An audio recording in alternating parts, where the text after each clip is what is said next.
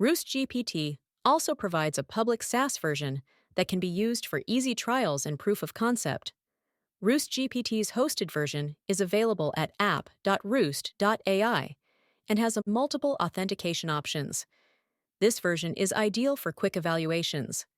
The web interface simplifies test generation and management, offering a centralized platform for configuring, executing, and tracking tests. To set up, first, log into app.roost.ai. You can sign in using third-party authentication providers like Google, Microsoft, or GitHub. Then, please configure the test plan. You can provide details about test generation, such as target repositories, packages, and AI providers. Now you can trigger the plan to generate a test or analyze your source code from UI. You can monitor the progress from UI, where users can view real-time logs, execution details, and sandbox testing results for generated tests.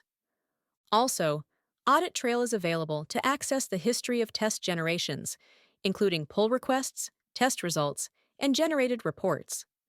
RoostGPT provides a comprehensive suite of deployment options, ensuring seamless integration with various workflows and environments.